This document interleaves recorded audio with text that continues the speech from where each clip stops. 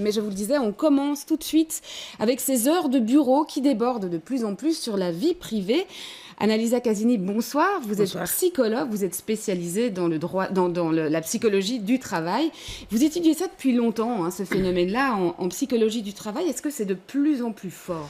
Alors, la psychologie du travail n'étudie pas nécessairement depuis longtemps la question de l'invasion du numérique dans la sphère privée, mais par contre, elle étudie depuis bien longtemps la question du chevauchement entre les deux. Voilà, de la confusion entre la vie privée et la vie professionnelle, et notamment quand la vie professionnelle empiète sur la vie privée et vice-versa.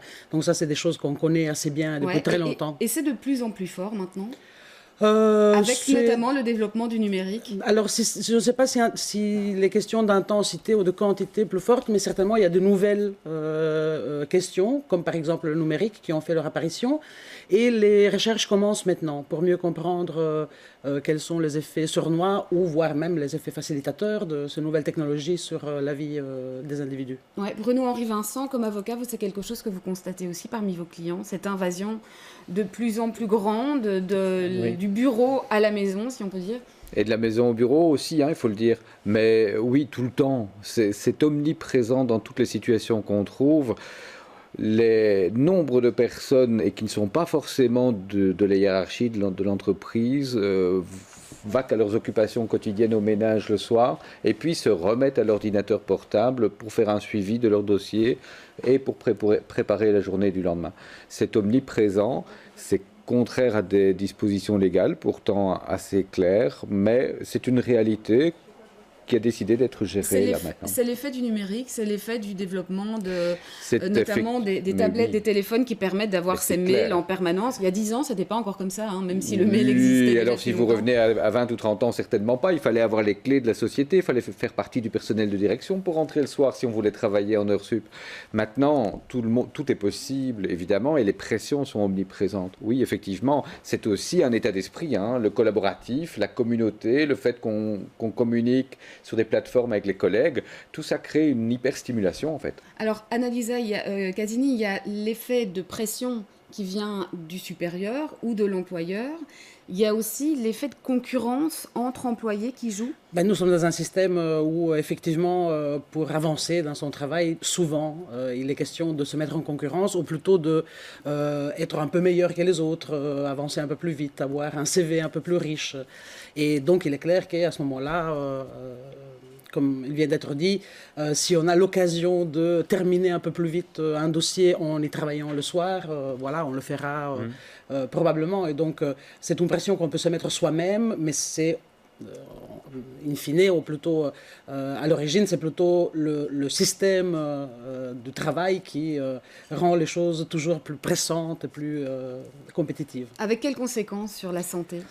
C'est clair que le stress qui peut être engendré par le fait de ne jamais se reposer, de ne jamais se ressourcer, est un stress qui, à la longue, peut causer des problèmes. D'emblée, certainement des problèmes qu'on qualifie de santé mentale, donc des questions liées à la dépression, aux surcharge cognitive générale. Mais le stress est clairement et depuis très longtemps reconnu comme un des facteurs de risque de maladies cardiovasculaires, par exemple. Donc il y a aussi des conséquences sur la santé physique des travailleurs et des travailleuses. Ouais, et donc ça, on en constate de plus en plus aujourd'hui, suite à la situation que vous décrivez, tous les deux. Oui, encore une fois, ce n'est pas de plus en plus, c'est qu'il y a beaucoup plus de sources qui peuvent stresser les travailleurs. Et donc, tout d'un coup, avant, il y avait quelques causes, quelques facteurs de risque, comme on les appelle, et maintenant, les facteurs de risque se multiplient.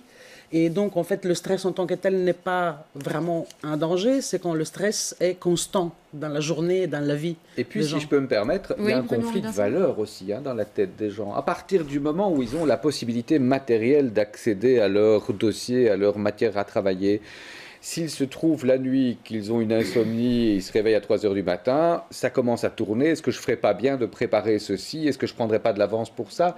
Et donc, il y a ce débat intérieur qui est de dire, est-ce que je le prends pour moi ce temps, ou est-ce que pour finir, je le donne au boulot ?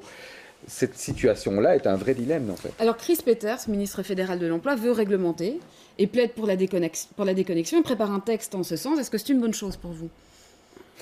C'est certainement une bonne chose de plaider pour la déconnexion. Encore faut-il qu'il plaide pour la déconnexion. Il écrit juste le contraire dans l'exposé des motifs de l'arrêté royal qu'il a préparé, enfin de la loi qu'il a préparée. Il dit qu'il est contre un droit à la déconnexion à la française et il prévoit simplement un espace de discussion au sein des entreprises sur le sujet. Alors expliquez-nous, peut-être quand vous parlez de droit à la déconnexion à la française, c'est-à-dire ? Dans les entreprises, les droits de déconnexion à la française prévoient le droit pour l'employeur de ne rien répondre aux courriers et aux sollicitations professionnelles qui lui sont faites en dehors du temps de travail.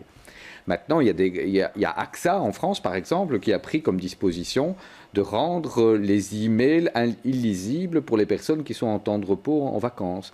Il y a en Allemagne BMW, ni plus ni moins, Volkswagen, ni plus ni moins, qui ont créé un blackout à partir d'une certaine heure pour que leurs travailleurs ne puissent plus accéder aux sources numériques de l'entreprise. Alors, ce qu'il dit, peut-être, Chris Peters, pour qu'on essaye de comprendre un petit peu, donc, dans l'un des éléments qu'il cite dans son texte, dans la lutte contre le stress excessif au travail et le burn-out, et dans le cadre de ces nouvelles formes d'organisation du travail, cela fait partie d'une bonne politique du personnel de conclure des accords clairs sur l'utilisation des moyens de communication digitaux et la possibilité de déconnexion digitale. C'est-à-dire... Oui. Alors, depuis des dizaines d'années, vous avez l'article 38 bis dans la loi sur le travail qui dit qu'il est interdit de faire travailler en dehors des horaires prévus au règlement de travail. Et ces horaires ne peuvent pas faire plus de 8 heures par jour, pour faire bref. Est-ce que cette disposition n'est pas claire assez ? Vous avez la directive européenne 2003/88, pardon pour le mot, mais qui dit que tout travailleur dans l'Union européenne doit avoir 11 heures de repos effectif entre 2 journées de travail. Effectif, c'est-à-dire sans sollicitation professionnelle. Est-ce que ces dispositions n'est pas claires assez ? Donc pour vous, inutile, ce texte supplémentaire ? Gênant même. Enfin, écoutez, vous êtes en train de dire, vous savez, vous avez des dispositions européennes et impératives belges qui sont un peu à discuter parce qu'on voit bien que vous ne le faites pas. Donc remettez-vous autour de la table et discutez le morceau de gras. C'est créer le flou. Et puis bon, c'est au sein du Conseil pour la prévention et la protection au travail. D'abord, toutes les entreprises n'en ont pas. Deuxièmement, ce n'est pas décisionnel. Mais donc pour vous, il va dans le sens inverse de ce qui existe aujourd'hui. Il crée le flou. Il donne l'impression qu'en réalité... Il donne l'opportunité aux différentes parties de créer ensemble des accords sur l'utilisation du digital. Mais évidemment. Imaginez que dans un accord, on dit « Ok, on fait une veille numérique et chacun prend son tour de garde comme sur un bateau, 2 ou 3 heures par nuit, admettons. » And so what, je veux dire, c'est du temps de travail, ça, j'imagine, je veux dire, c'est payé parce que c'est du bénévolat ou pas quand on est à disposition numérique à la maison. Est-ce qu'on a un temps de récupération ? Il y a beaucoup de choses. Et pourquoi il n'y a pas d'horaire ? Voilà. Annalisa Casini, votre réaction là-dessus ? Oui, je suis tout à fait d'accord et je reviens justement sur cette idée qu'en général, un des principaux facteurs de risque de toutes sortes de problèmes, on a parlé de burn-out, de dépression et autres, c'est le manque de clarté dans le rôle qu'on a dans l'entreprise, le rôle de clarté sur les tâches qu'on doit accomplir, le rôle de clarté de la relation qu'on doit entretenir avec la hiérarchie. Et donc, une définition claire de rôle qui va exactement dans le sens aussi de dire quel est le temps de travail qui correspond à mon salaire. Donc, il y a un contrat effectif qui est aussi un contrat moral entre l'employeur et l'employé qui doivent absolument être très clairs et très clairs pour tout le monde. Et donc, tout d'un coup, voilà, il n'est pas nécessairement question de négociation. Ou alors, la négociation se fait d'emblée, en amont, au moment qu'on est embauché. Et le travailleur saura s'il peut respecter ou pas ce type de timing. Bruno-Henri Vincent, on a bien compris que selon vous, les textes qui existent aujourd'hui sont suffisants. Mais néanmoins, vu l'évolution de la société, des manières de travailler, des communications, des connexions, etc., est-ce que les textes qui existent doivent être adaptés ? Ils pourraient être un petit peu clarifiés, précisés, mais... On pourrait le faire au sein du Conseil national du travail, par exemple. Ça n'intéressera personne de le savoir, mais c'est ainsi. Maintenant, franchement, moi je pense que parler de droit à la déconnexion, c'est faire peser sur les travailleurs, je ne tiens pas à avoir un propos idéologique, mais leur faire peser une espèce d'exigence sociale qu'ils n'ont pas à formuler parce qu'elle est acquise d'entrée de jeu. Et pas acquise à force de combats sociaux, mais parce que c'est une nécessité sanitaire. Et donc, c'est une obligation de déconnecter son personnel qui doit être réalisée par l'employeur. Et c'est comme ça qu'il faut voir les choses. Si on dit aux employeurs, vous devez faire absolument un couvre-feu numérique à partir de 20h jusqu'à 7h, pour avoir les 11 heures, précisées par l'Union européenne, on aura le couvre-feu numérique. Pendant ce temps-là, tout le monde dort, fait autre chose. Mais il n'y a pas cette espèce de débat intérieur permanent de « est-ce que je ne prendrai pas de l'avance ?» Ouais. Bon, peut-être pour terminer, Annalisa Casini, à côté de cette question et de ce débat sur le texte et du type de réglementation qu'il faudrait, il y a aussi un biais de genre qui est impliqué dans cette question de la difficile déconnexion. Oui, donc il y a une question de genre qui est impliquée dans la gestion alors on l'a longtemps appelé le conflit travail-famille, c'est plus un rapport vie professionnelle, vie privée.